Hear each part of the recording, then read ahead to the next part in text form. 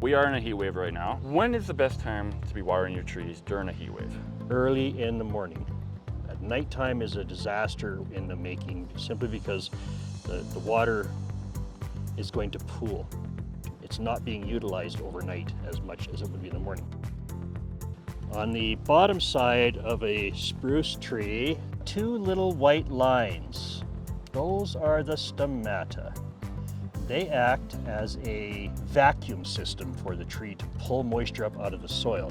At nighttime, those are closed and they don't actually translocate moisture at all. They have guard cells on the side and they open up and they release oxygen brought up from the soil that the molecules of hydrogen attach themselves to.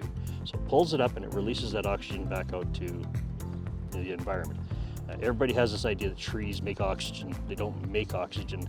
They utilize oxygen to transport other things because it's lighter than the materials in the cells. Kind of like a helium in a balloon. It's lighter, so it moves upwards, and that's what happens in a tree. So when you're watering in the morning and the sun comes out, the first thing that tree does is starts to move the water up.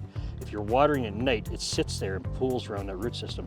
And you can actually cause more issues with certain types of fungi in the soil, insects, even some of the critters like that kind of a setup where it's nice and moist all night and they proliferate much faster.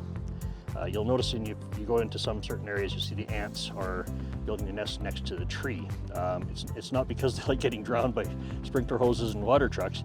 It's because the root systems are struggling to create the chemistry that makes them taste bad. So the ants will feed on that root system and cause problems that way. So your conifers are going to use more water than your deciduous. Typically what I say is for every foot of height, a gallon of water. Now when you get into a multi-stem tree like a deciduous tree in the summertime, it's that height, that height, that height, that height. So you take 4. You can flatten the plane. So you're taking the 4 main laterals that you see and you get a rough height. So 40 feet times 4, so it's 80 feet. So 80 gallons that tree needs.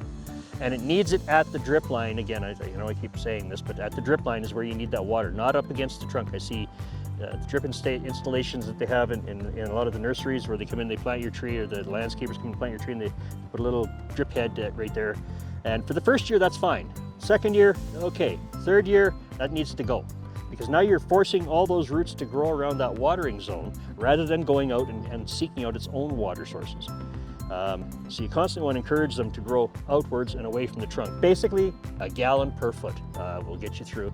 And you have to differentiate this. The first couple, 2-3 seasons, that has to be, for newer trees. Older trees, a little bit less.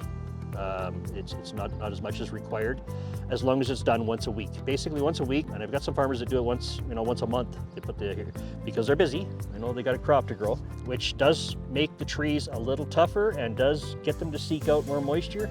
But the recommended volume for a tree of mature size would be basically 1 gallon per foot. A good guideline to follow. If you do that once a week with your trees, they will be strong, healthy, vibrant, and they will give you the shade and the 2x4s that you want out of them. Something to consider is during the heat waves, water your trees, save the trees, don't worry about your grass. Grass will go dormant, and then when you hit it with water, it'll turn green again. Trees, if they go dormant, well, you got to buy a new tree. So, you got a 30-year-old tree out by the patio and it gives you shade in the summertime. You've been out working in the heat all day long. You come home, you get that beautiful shade there. Water your tree. Water it at the drip line and get some mulch. Some kind of substrate between the air and the soil profile is absolutely vital. Like I say, grass will go dormant, trees will go dead. So water your trees.